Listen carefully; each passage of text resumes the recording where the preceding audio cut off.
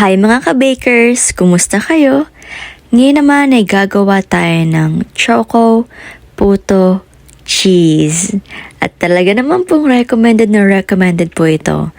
O siya, handa na ba kayo? Ang mga kailangan natin ay asukal 100 grams, asin 1/2 teaspoon, melted butter 25 grams, water 150 grams, fresh milk 1/2 cup, vinegar 1 tablespoon, yeast 1 teaspoon, itlog 1 piraso, all-purpose flour 225 grams, baking powder 1 and 1/2 tablespoon, Mountain Dew 1/4 cup, cocoa powder 25 grams, choco food color 1/2 teaspoon, at choco flavor na 1 teaspoon. Maglagay na tayo ng tubig, Mountain Dew, suka, asin, baking powder, asukal, yeast, gatas, cocoa powder, choco food color,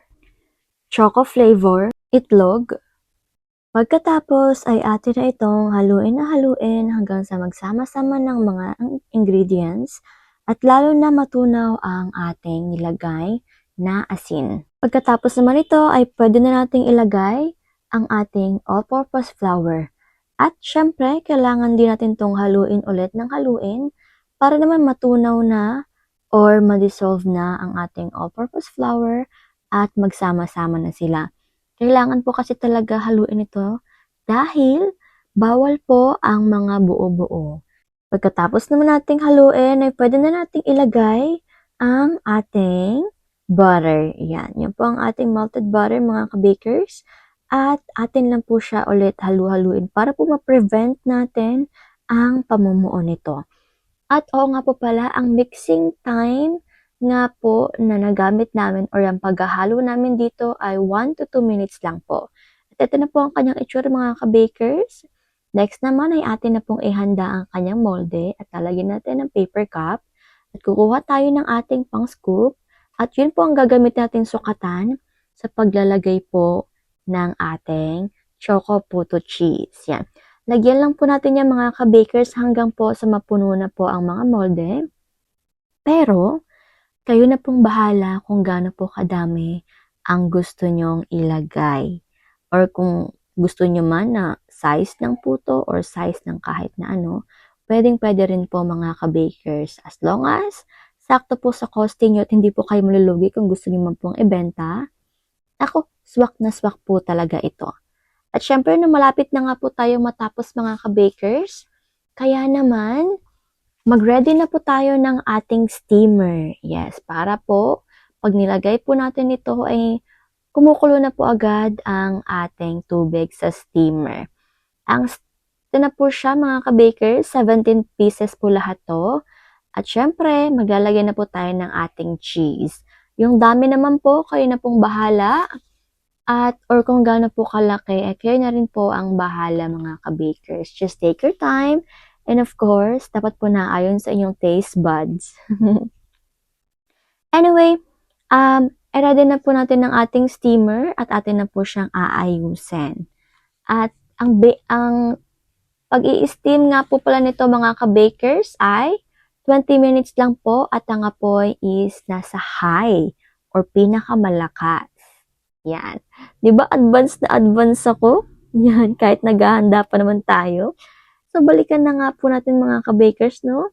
Dahil inaayos na po natin ito, atin na rin pong buksan ang ating steamer at atin nang ilagay ang ating mga choco puto cheese. And after 20 minutes, eto na siya. Bonggang-bongga, sobrang sarap. Higit sa lahat, nakakagiliw talagang kainin. Para sa mga mahilig sa chocolate, eto na po.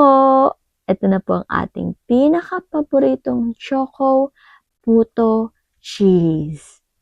Sobrang sarap, sobrang malinamnam, sulit na sulit kapag binenta, higit sa lahat, patok na patok kahit na ano pa mang klase ng panahon. Kaya naman mga ka-bakers, ito na po ang ating finished product na sobrang sarap.